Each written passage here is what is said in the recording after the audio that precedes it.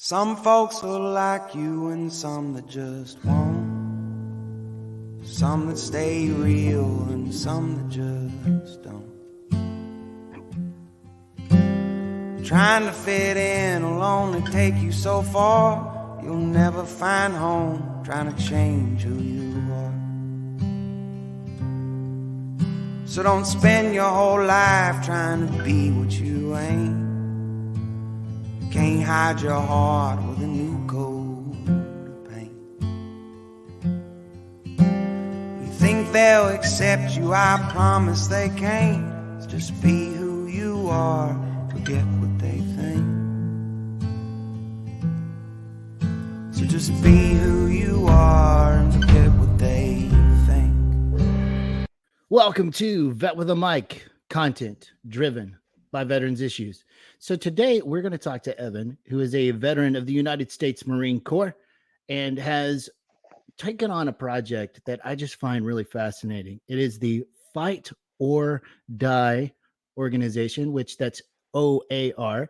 And we're going to talk a little bit about what exactly they're doing out there in this space and the great things that they're doing for veterans. So Evan, buddy, how you doing, man? I'm good, man. How you doing, Ryan? Can you hear me? Yeah, I can hear you. Can you not hear me? No, I didn't. So how you doing, man? Weird. You doing all right? Yeah, good. We just had it down. I'm good, man. How are you doing? Man, you know, it is a sunny Friday here in the city of Nashville, so I am doing well. Well. So let's just jump. You've been here before? Oh, absolutely. Yeah, good times. Yeah, okay. All right. Well, you're already scoring one for the home team. So tell us a little bit about Fight Oar Die, because this is a really fascinating organization. Of course, just the name is right there in the organization, but let's just talk a little bit about the history. How the hell did this organization get started? Yeah, well, first off, what is Fight or Die, right? So Fight or Die is the first all U.S. veteran ocean rowing team.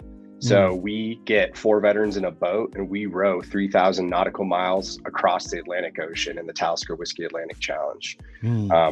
So we've sent 8 total veterans across the ocean so far. We've got another team of 4 that are going to row this year. The Taliskir Whisky Atlantic Challenge starts on December 12th every single year. You start in La Gomera in the Canary Islands, and then 3,000 nautical miles southwest to Antigua. So it's a full transatlantic crossing. There's no sails, there's no motors, there's no support yachts or boats of any kind. So if you put the oars in the water, and we always say, if you ain't rowing, you ain't going. So we've sent 8 guys, like I said, 2018 to 2019, and then I rowed it in 2019 to 2020. We've thrown up a handful of world records and going to keep running with it. Yeah, so you guys are so weird to me, man. I just hear you talk about that, and my back starts hurting. Right, I can't imagine rowing for 3,000 miles, man. That is quite the feat. So yeah. I mean, I noticed on the website that there was a few different teams. So how many years has this been happening again? So the Taliskir Whisky Atlantic Challenge is a formal race. They call it the world's hardest row. So we enter the race with other teams, and there's other boats out there at the same time. So it happens every year, and it's outside of Fight or Die. But Fight or Die puts together its own team, all U.S. vets. And we've done 2 years so far. And then we have another team that's in training right now to row this December 2022. And we do it as many years as we can. We want to put together good teams and keep doing what we're doing with it. And all that is to support veteran mental health. And I'm sure we're going to dig into why and how that all comes together. Yeah, that is definitely my jam, man. So tell me, what motivates somebody to do a task like that? Because like I said, my back starts aching just thinking about it. So what is the psychology behind somebody who wants to just grab a row and just keep going for 3,000 miles? Keep going, man. Yeah, I think that's what's so unique about the rowing teams each year is, we get the question asked all the time, like, what does ocean rowing have to do with mental health and veteran mental health specifically, right? And that's what we're about, and that's what we help support. And there's so many great VSOs out there that are doing wonderful things, massive programs like Headstrong or Semper Fi Fund or Cone Clinics that Marcus Institutes of Brain Health, STERM centers that are just doing great clinical mental health services for veterans. And that's not what we are. What we see the challenge being is that veterans aren't getting off the couch. They're lacking that motivation and that desire to actually row their personal oceans. So what we're trying to do is show veterans that get off the couch, get out, row your personal ocean, and that life didn't end after the military. And in fact, you can go set a world record actually rowing across an actual ocean. Yeah. So we're trying to prove and to show to veterans, whether you serve for 2 years, 4 years, or 20 years, that there's a whole lot of life to live after the military, and to start living their lives instead of taking them.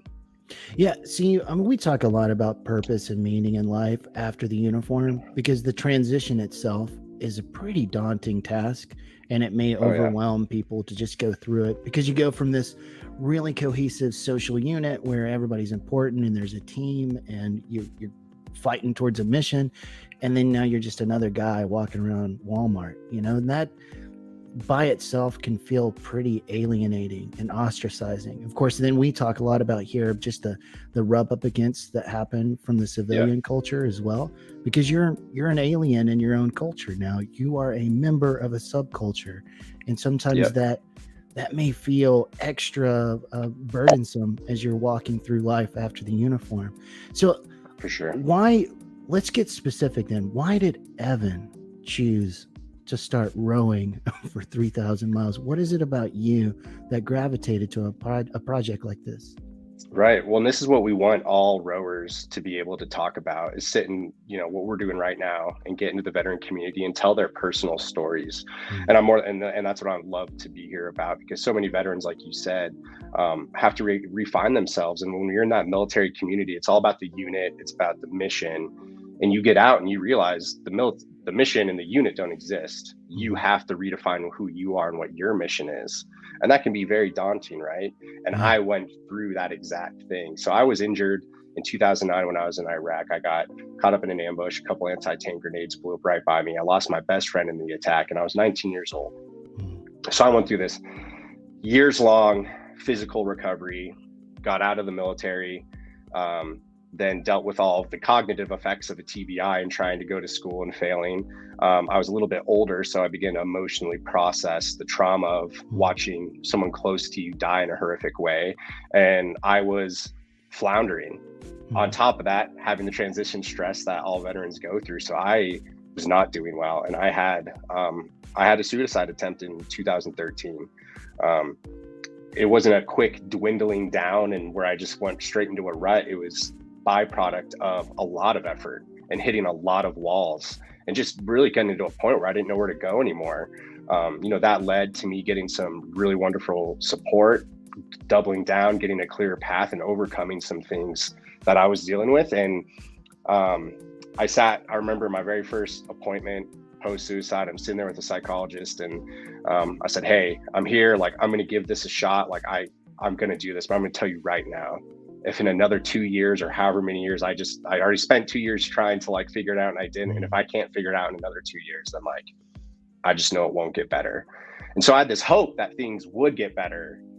But now I got to the point where I got that, I didn't know how good they could be. I thought I would just maintain life and like be okay. I'm thriving. And I got to this point where I was thriving, and I said, man, I need to be able to talk with other veterans about that. And I heard about the ocean row, and I was like, this is it. This is a proof to myself that I can row my own personal ocean. And I did that, and I left the safe harbor. I'm going to go row an actual freaking ocean and show to all veterans everywhere and prove to myself and everyone around me that I can do hard things, that life not only it gets better, but you will thrive if you keep pushing. It's not like you're just going to slog through it and get to a stable place. You are going to do so much better than you can even imagine if you just start. So are you familiar with post-traumatic growth at all? I've heard the term, but I mean, if you want to dive in or give me a sure. No, I'll give you the cliff notes, right? So Yeah. essentially, sometimes when people go through something really challenging, such as trauma, they end up finding a certain resiliency, and they come back, or they come out of it with a new sense of purpose or a new perspective that they didn't have before. And I wonder if that's kind of just what you're channeling right there, is that you, even though you got into some really dark places, you were able to to form a new sense of resiliency. And you've totally, you said it yourself, you're thriving now. You're not just existing, you're thriving. And that is a really powerful thing to realize in your life, that you're not just going through the motions. Like, damn it, you feel as if you got a purpose and a meaning in life now. Yeah. No, for sure. And I think, I think there is an element to that, but before I think I really gained that and learned that after my row. I got to a good place before the row, but I was still in this kind of mode that I was stuck in for years, especially following my time in combat, and I think a lot of veterans kind of go through this where, well, I'm not in combat, so it's not that bad. Well, I'm glad you said it's that. Not bad. Just because it's not bad doesn't mean it's good. Right. And so they're still stalled out. You're just going through the motions. You're just stalled out. But we're here to tell you that whatever you did from the time you were 18 to 22 or 18 to 42, that's just a little blip on the radar of your life, and that you have so much more to live. And we want to change the narrative for veterans of what it means to be a veteran. Not the guy stalled out on the couch who did his time, the guy who's a leader in his community, the woman that is leading the boardroom, the veteran that is the epitome of resiliency, leadership, love, empathy, care. We want to change that narrative of what it means to be a vet. Man, there are so many things that I just immediately vibe with about that statement. So let's go back to the first part where you said, just because you didn't see combat doesn't mean that you're less than, right? It doesn't mean that means that you don't deserve to have a meaningful life after the uniform. Because I think a lot of times I hear this a lot. I just did this. Or I didn't do anything. I just did this. And that really frames your service in a way that you can't really get out of. It boxes yourself in. Yes. What do you do after that? Because who are you chastising yourself for? Civilians? They don't understand what it takes to sacrifice and be away from your family on Christmases and holidays and all the things that we give up just being in the uniform. I don't care if you're carrying a rifle like you and I did, or if you're sitting in an office space somewhere, you're still sacrificing your time away from your family. And so that's why I often ask civilians to stop saying thank you for your service, because it does something to somebody. I don't know necessarily all the psychological forces, but I've asked them to say, instead of thank you for your service, say thank you for your sacrifice, because it alleviates something within us. At least I haven't tested it yet. I haven't done my clinical research specifically on this, but it frees us from the Hollywood representations of what being in the uniform is like. Nailing it.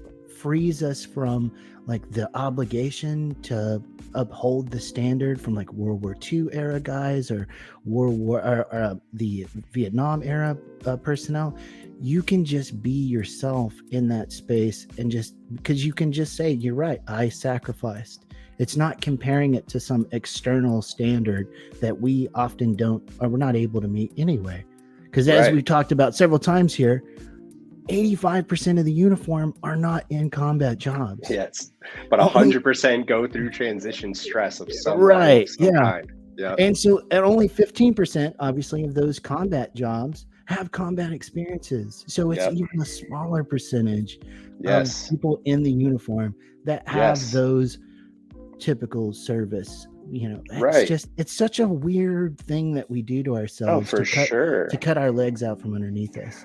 Well, and it kind of goes back to what you said earlier. You're so right when you're talking about the transition piece where there's that losing that sense of camaraderie and things, but that's only a fraction of it.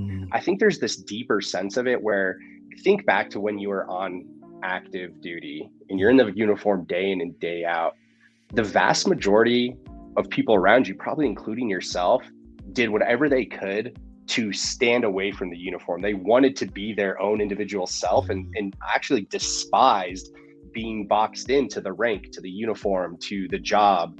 They did everything they could to showcase who they were as individuals. But then we'd have to wake up every morning, put on the uniform and really check that piece of ourselves. And I think over the time of our service, we learn how to really box that in.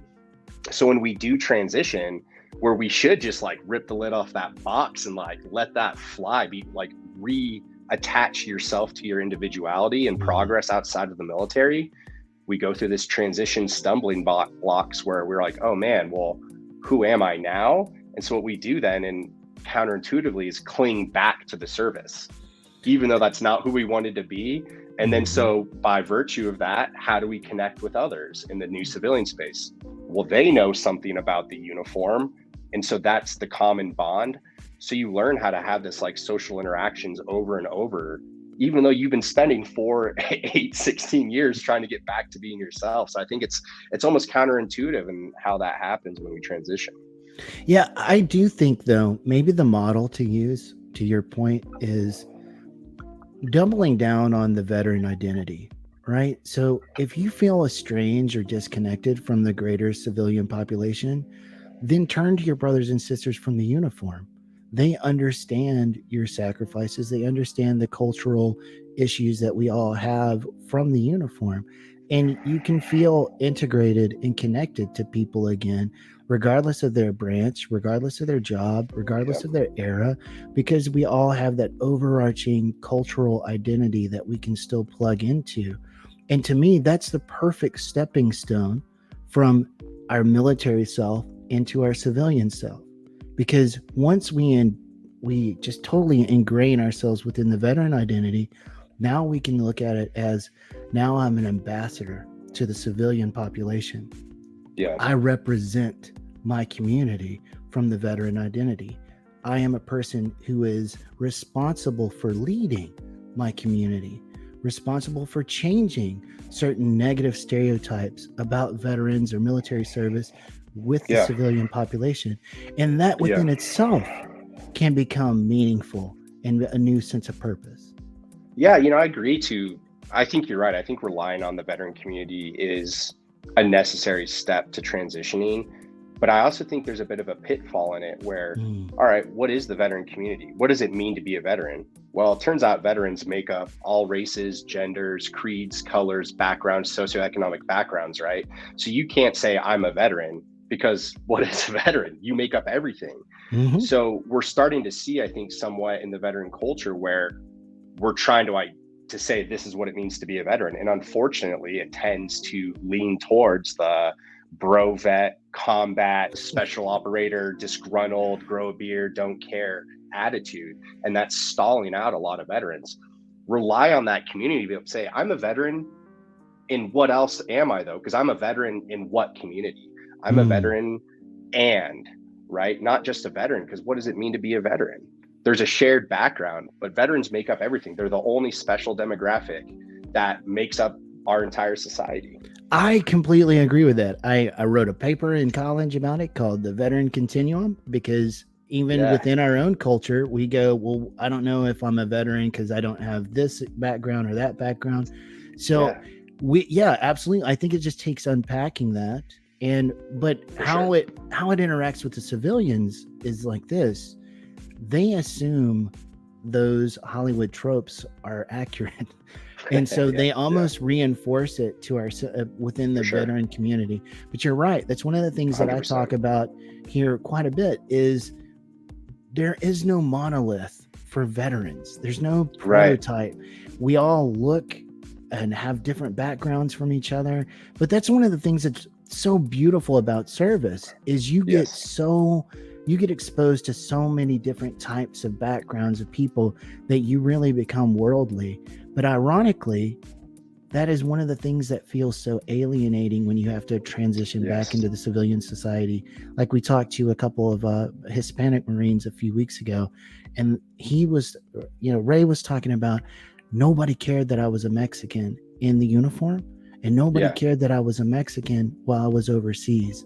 But as soon as I became a civilian again, all of a sudden now my Mexicanness mattered. Yeah. And that is one of the things that I think that oddly enough is what the uniform does right, but it isolates you and alienates you in life after the uniform.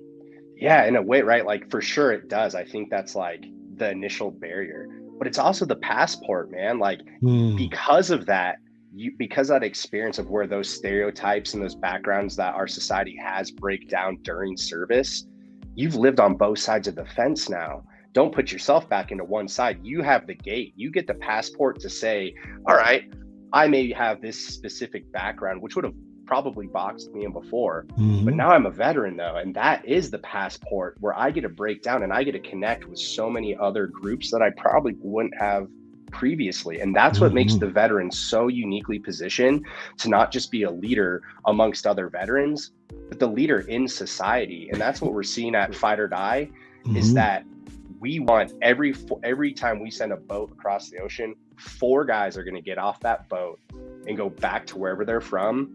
And they're going to be in the middle of the fence, and they're going to connect veterans and their communities. They're going to be leaders of both. And that's what we're trying to create. And that is exactly what I was actually speaking to. If I did not articulate that as, you did. As precisely, because that's what we talk a lot about here is we are responsible agents of change, whether it's in the VA or in our society, because we have those unique experiences. We know what it's like to live in a country where we don't speak the language. So we may be a little bit more sensitive to people who feel like an out group, right? So we're able to pull from those particular interactions, and those make our perspectives valuable for leadership positions, because we're able to relate to people and lead them in ways that people who don't have those experiences can't. For sure. But you and I could rap on this for a while. I love it. I am digging it, man. But let's talk a little bit more about Fight or Die and the unique things that you guys are doing within the organization. So I wanted to talk about the scholarship that you guys do, because this is something that is really interesting to me. Yeah. So tell me a little bit about the Caleb George Scholarship. Yep. So it's the Caleb George Memorial Scholarship. And Caleb George was a veteran, and he was close to the Fight or Die community. We're a small grassroots VSO. And unfortunately, he took his life during preparation for a row, and it really hit us hard. And, we're out here trying to be agents of change at Fight or Die, but we're trying to go beyond just being an example and being a beacon of hope.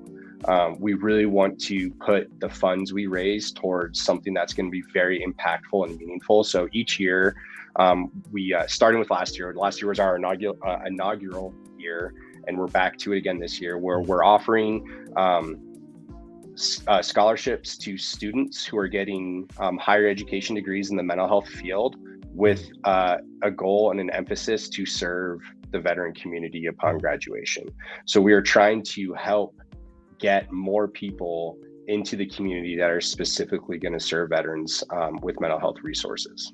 So let me ask you, what is your current occupation?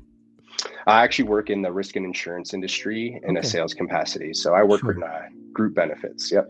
So I only ask you this because I wondered if you had a mental health background as well. But I'm going to be honest. I tried to avoid the veteran culture while I was in my training, because I knew what our cultural background was, and I knew it was just going to be so much harder to work in it, right? That's what really divided me from it.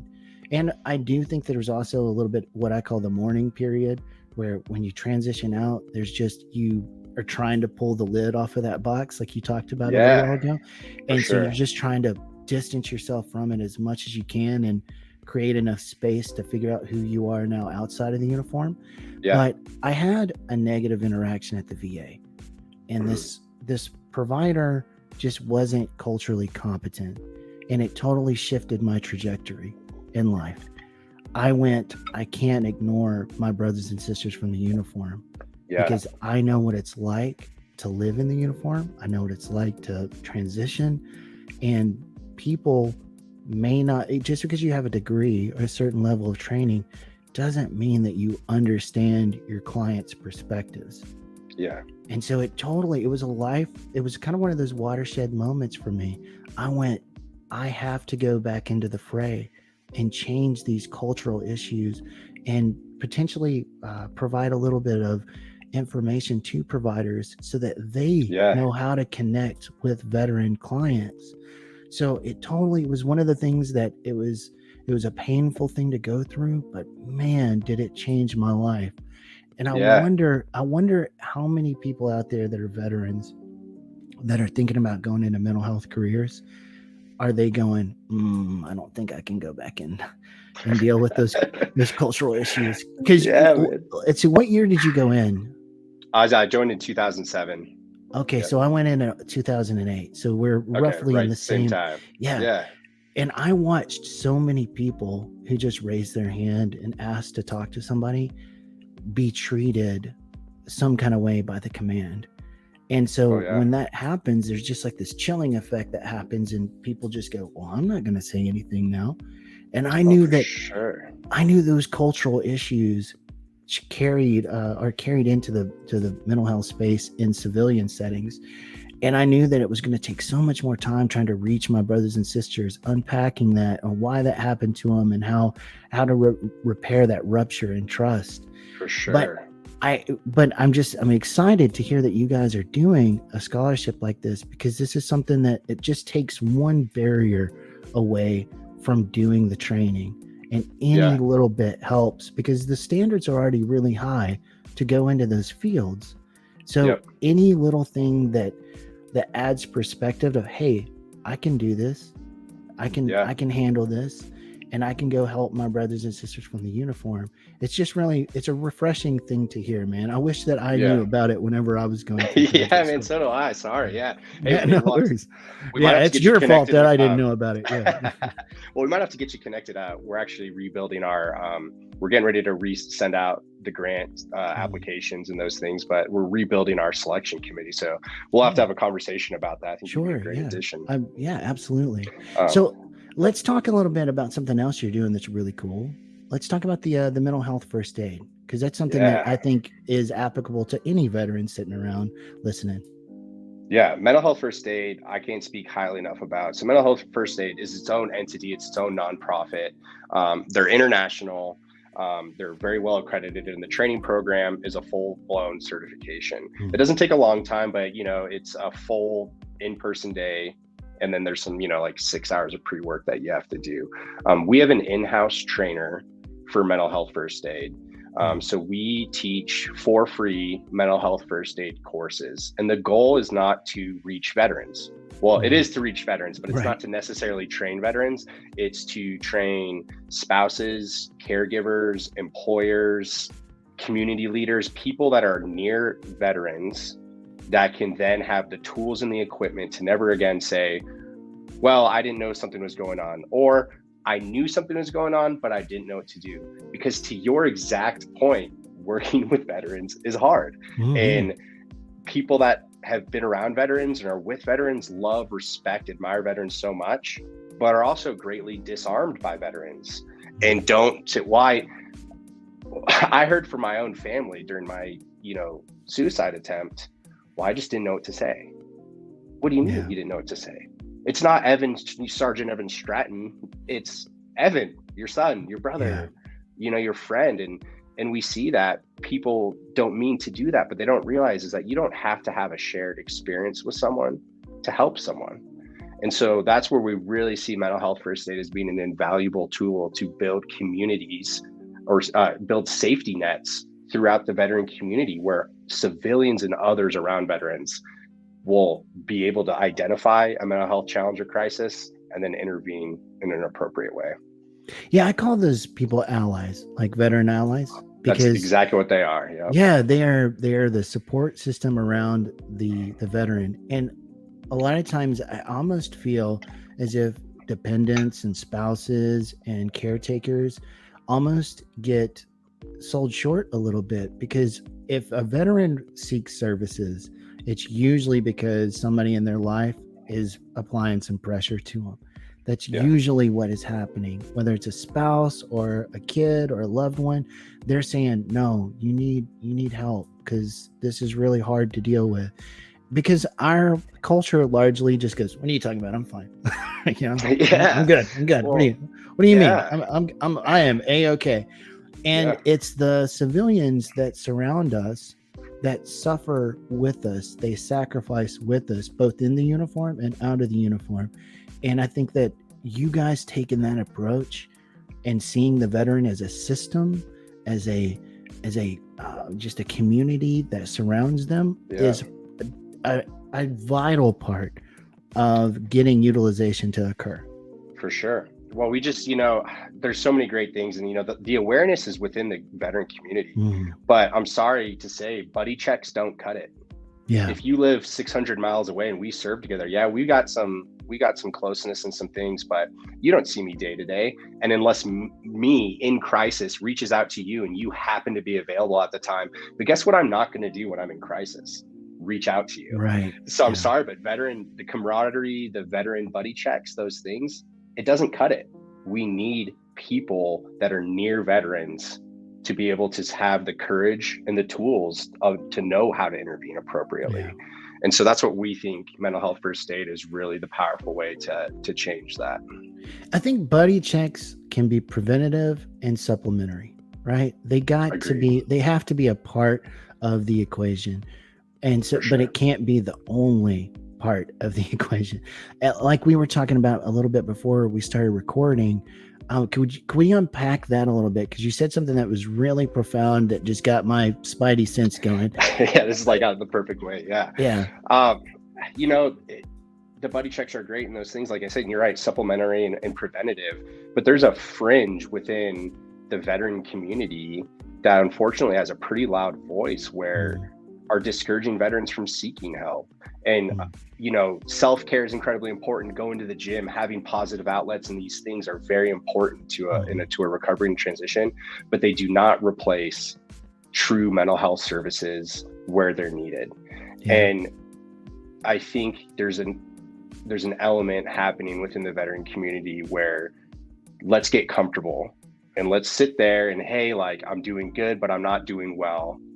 And eventually that's going to run out though. Like communities, threads are spread out across the nation, but they're not going to like really bind and keep someone from moving forward. And just going to the gym isn't going to help your depression. It's going to help.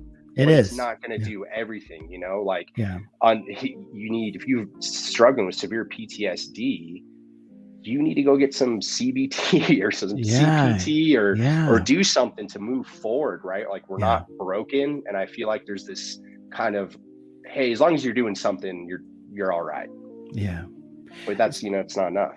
So another Marine that I interviewed here by the name of Corbett, he has his PhD in human performance, and he did a study that talked about exercise as a supplement to medication treatments and talk therapy.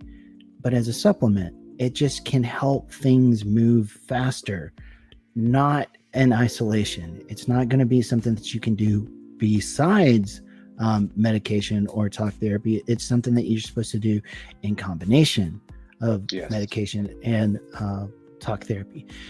So I think that there is a little bit of, well, I would almost say like toxic optimism sometimes, where right.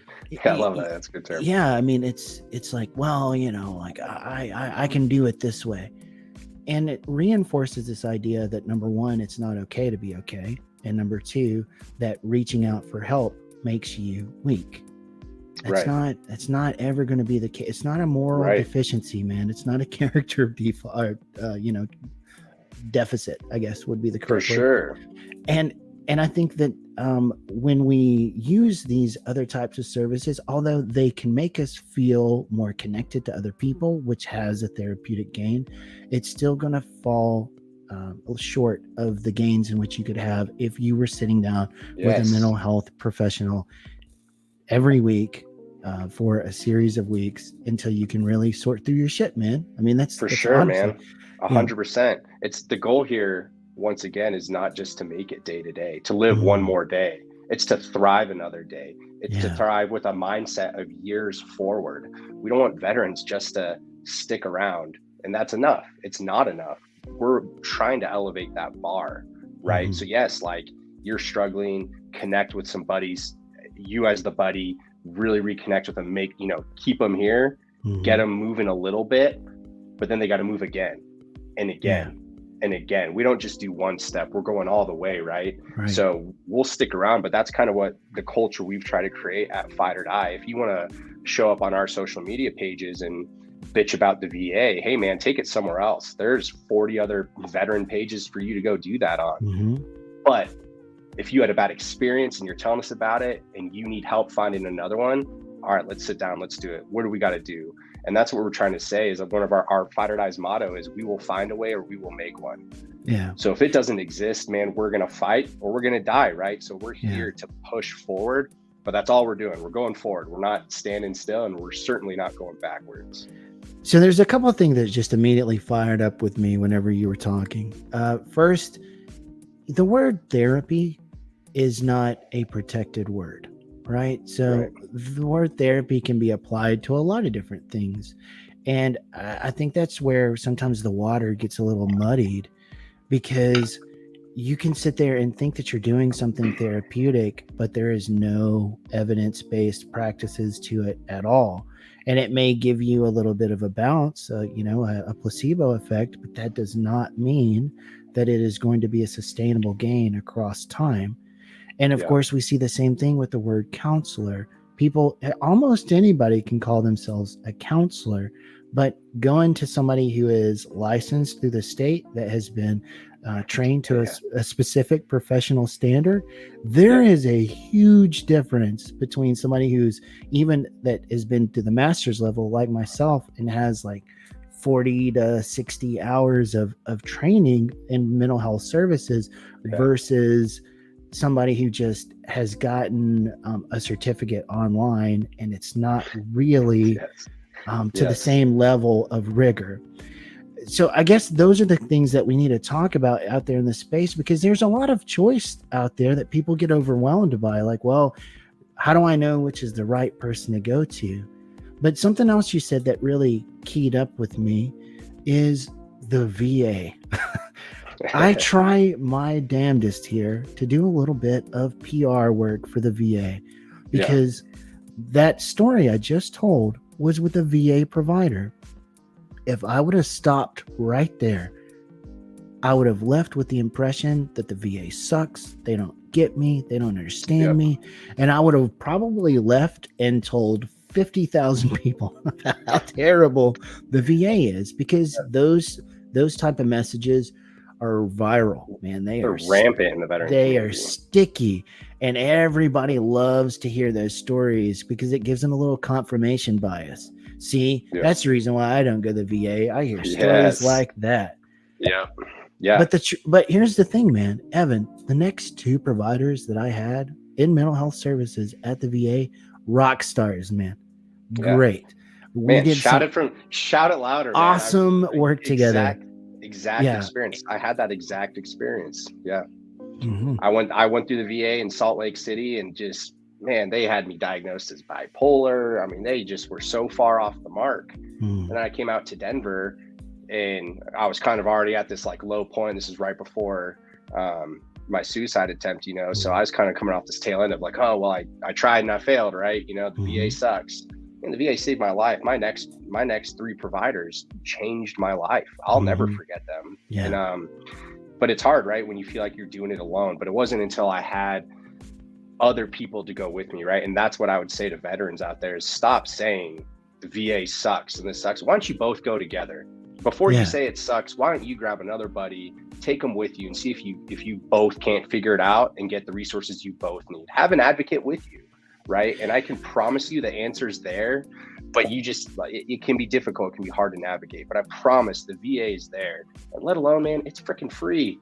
It doesn't get any better than that. Right. And here's the thing too, right? Is I go, look, similar to the same vein we've just been talking about, you have to be the own agent of change within your own life, right? So if you don't think the VA is doing a good job, go hold them accountable by interacting with the system. It's the only way it changes. You can't sit on the sidelines and have a 40% utilization rate and expect anything to change. You have to go intermingle with the system itself. But something you're going to find is, veterans are messy, and so are people at the VA, because they're often veterans too, right? So just because one person has a bad experience doesn't mean that that'll track into your life just one for one. That means that they could have had a bad day, the veteran or the person at the For VA. sure. Doesn't mean that it applies to the whole system. And Yeah. number two, if there are structural things about the system that need to change, the only way to change them is through internal interactions. You can't sit on the sideline and complain about them, especially on the internet. Nobody is going to be able to provide you with whatever you need to see that thing change. So I kind of just flip it back on them and say, hey, well, the onus is on you, my friend. Like, you got to go out there and interact with them, because largely, this is a funny thing too, Evan, is whenever I talk to vets and I'll ask them, are you a patient at the VA? They're like, no. Mm-mm. Have you been over there? No. What? So why don't you go over there? Because I've heard. Wait, so who did you hear it from? And it's like 2, 3, 4 degrees of separation away. For sure. And I said, so you're just believing wholesale on this like third person account that has to be accurate. That's 100%. That's the gospel. And yet again, I think it kind of just plugs into our confirmation bias. We want that to be true so that we don't have to utilize the services that are there for us, because that's threatening and it's unknown, and we don't know like what are going to be the situations that surround our interaction. For sure. And we would rather just go, nope, I'm avoiding that. Right. And that's, I mean, you're dead on. And I'm not even here to like just praise the VA, because either, man. They do a lot of things wrong, right? But like, to your point, then, well, you haven't been, you're not going to go because you heard. So what are you going to do? I don't care if you go to the VA or not, but what are you going to do? Mm-hmm. So come to our page and we see it. VA sucks. All right, cool. Are you here to bitch about the VA? Or, well, no, like I really need help finding something else. All right, let's go find it then. Like, what do you need? Why didn't it work? But it's the mindset that goes with, I'm not even going to try, right? I'm not even going to bother to go to the VA. All right, that may be cool. You're not going to go. I'm not going to try and convince you that you need to, but what are you going to do? If you're not going to try anything at all, see you later, man. Like, I'm sorry, I can't help you. There's other people out there. There's a group down at your local VFW reminiscing on the glory days that happened 30 years ago from the time you were 18 to 22. If that's what you want to do, that's fine, but don't encourage it. And I think that's what we as veterans need to do within the community, is stop encouraging the bar to be as low as it is. Yeah, that's interesting. I don't want to come across as too hateful, but I see your point and it's well received. But I guess from the clinical literature that I have been immersed in, there's a tendency to engage in nostalgia about your uniform time, maybe because a couple of different reasons, right? So as you were kind of alluding to earlier, there is no internal locus of control in the uniform. Right. By its default settings, you're in a hierarchy. And so you have no internal control, locus of control for yourself. So where we become adapted to having an external locus of control. And when we go out into the community again, well, if we're still trying to use an external locus of control, there's no cohesive system for us to plug into like there was in the uniform. So we have to make decisions by ourselves. We have to take accountability for things. We have to make our own appointments. We have to just all of these things that seem silly whenever you think of, what do you mean I have to make my own health appointments? Like that seems so silly, but that is so vital within the uniform. I don't think I ever made my own dental or medical appointments. So, man, you just showed up, or like somehow you just seem to be there. Like one second you're not. You have some E7, but like, hey, you got a thing. Okay, all right, let me go. I'll go my medical today. And I think that the longer maybe in the uniform that you stay in that system, the harder it is to adjust outside. And what do? You have to almost engage in a little bit of historical revision to remake who you are now and make it seem as if you were more important or you were more happy in the uniform. but most of us are pretty salty in the uniform. Most of us are. Yeah, for sure. Well, I think maybe it's because we're both Department of Navy. Maybe we can't speak for the Air Force. The Air Force, I don't know those guys. I think it's just, but that's what we want to see the veteran community become, right? Like, I think the veteran community can raise the bar and be that. We all have so many different experiences, and we need to be able to share those and encourage to do better and to move higher. And I think that's where, some of my discontent or unhappiness within the veteran community have been, is that, I don't want anyone to take their life, and I will do whatever it takes. And I don't expect that overnight you're going to turn into a butterfly and fly away, because that certainly wasn't my experience. Sure. And I was in very, I spent 2 years in very traditional forms of therapy and on medication until I was ready to back off that medication and, regain the reins of my life in a more fluid way. But it didn't stop there. I went back again for, less traditional forms of therapy. I've tried ketamine treatments. I've stayed involved in sports. I've rowed across an ocean, and, I still find myself here again, nearly a decade later, continuing to work on myself. And I think, though, that's what we need to see as the bar, right? Like, there's not a finish line with this. And in the military, there always was. I've just got to get to this rank. The mission's going to end at this time. And you realize that the bar is going to forever move. And that's a good thing. But in the veteran community, that's foreign to us. It's uncomfortable. It's disconcerting. It's disconcerting for most of the population, right? To have that feeling and, I have to grow for the rest of my life. But we're veterans. Like, if you can sit there in country and still have a good time, even though it's the most boring place on the planet, or still laugh, a few seconds after a firefight, or we had this, we learned this skill that's invaluable, but we're kind of just abusing it when we get out of the military, instead of just throwing it every which way and not really knowing how it connects with us. Really allow it to connect what it means to be a veteran, and then use that as your launching pad to raise the bar for everyone around you. You will spend the rest of your life being admired, honored, and loved for the service and sacrifice you had, whether it was for 4 years or 20 years or 30 years. You'll never escape it. And until your dying day, and even in your obituary, it's going to talk about how you were a veteran. Yeah. So how are you using it, right? What are you doing as a veteran? It's not disgruntled. It's not it doesn't mean you have to be disgruntled, unhappy, stagnant. It doesn't mean that at all. I think it means so much more, but it's on us as the veteran community to help redefine it. Yeah, I couldn't agree more. I really, we ramble on a lot about that kind of stuff around here. No, for sure. That's one of the larger missions here with Vet with a Mic, is to put out a little bit of, let's just say, positive vibes to counteract a lot of the negative noise. We need representations out there like yourself of people who are doing well after the uniform, because people out there listening right now, they may be engulfed in their own misery right now, and they need to hear stories like Evan's here, where they can go, well, what worked for him? Maybe that'll work for me in my life. Because largely in mental health, we utilize models. When you're sitting in a therapeutic space, there's times at which a provider may be modeling socially appropriate behavior for you.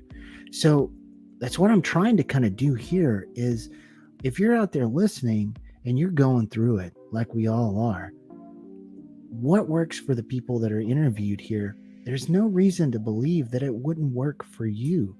Utilize the same resources and the same approaches that the interviews here, the guests are utilizing. And I think that's really the point that you're making here, is once you establish that in yourself, you can pay that forward into others. Once you integrate that model into your life, you can go out and spread it into anybody else's life. This worked for me, ain't no reason why it won't work for you as well. Right. And I just want you to, and that's the seed, is how do we plant that within each veteran? Because what works for you isn't going to, necessarily work for me, or vice versa. I'm not here to say that you've got to do exactly one thing or other. Yeah. If you got to go down to Peru and do some ayahuasca in the jungle for, 2 weeks, and that's going to do enough for you to get back here and take that next step forward and be like, you know what, maybe I will give traditional therapy a shot. Or, you know, as long as you want to move forward. And that's what Fight or Die is all about. Like, there's no time to stop. You're gonna hit the storms, man. Rowing a boat across the ocean sucks. Yeah, I'm It sure. is boring. Yeah. It is tedious. You go through storms. You just get, it was the hardest thing I've ever done in my life. And I almost died in combat. And this was the hardest thing I've ever done in my life. But that's also very, it's a metaphor of a mental health journey too. I mean, but no one's going to row you out of the harbor for you. You've got to do it, and got to just be prepared that there's going to be some storms. And that's where the veteran community can really step up to change, is that, hey, like, well, like, just keep the boat in the harbor. Like, it's okay. It's safe here. Right. Yeah. You're right. But life is not safe. Yeah. But life's not safe. So like, all right, let's get you out into the storm. And then like, we're just gonna be shouting from the sidelines. I can't go out there and row for you, but I can sit there and like really encourage you to keep moving forward. And that's what we want to see, right? Like, we want to see guys thrive. Yeah. And you're kind of just, you're circling around this idea of self-efficacy as well. You know, how do you start to develop a sense of belief in yourself that you can handle what the world will throw at you? The answer is incrementally, baby steps. Yep. That's baby how steps. You do it. You just one step at a time, getting a little bit better, getting a little bit stronger, getting a little bit tougher, little bit by little bit. But I just wanted to ask you something, because you mentioned something about Peru. Have you ever heard of the Sheepdog program down in Florida? I have heard their name. Actually, you know, I heard it from you because I was through, Adrian, who is a Force Recon Marine, is a mental health professional, and he started the Sheepdog program, and it's tailored to you know, the first responders and military community. So he uses ketamine treatments and some of the more alternative, and they do research on it down there. So I just wondered if you were familiar with the Sheepdog program at all, because they're doing some really interesting things out there within the veteran space.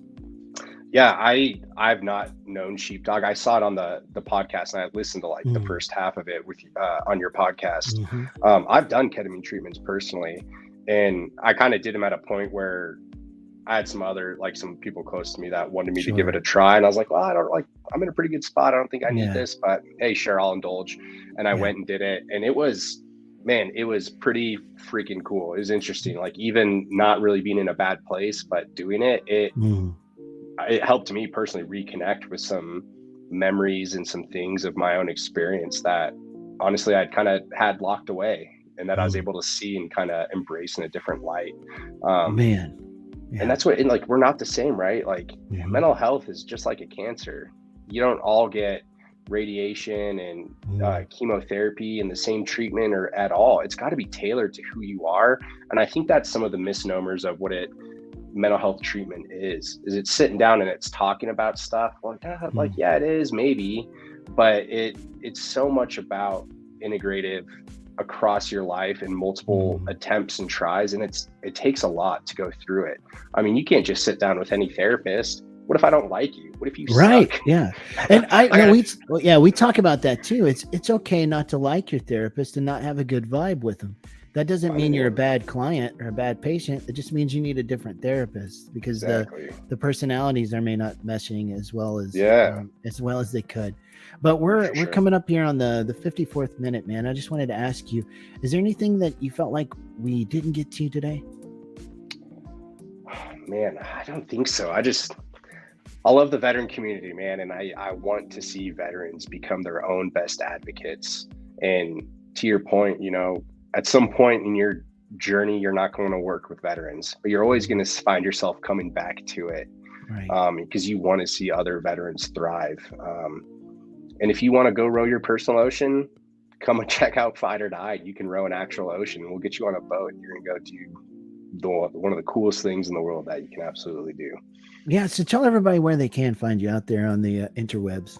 Yeah, check us out on Instagram and Facebook, Fight or Die, OAR, and then our website, usvetrow.org. Yep.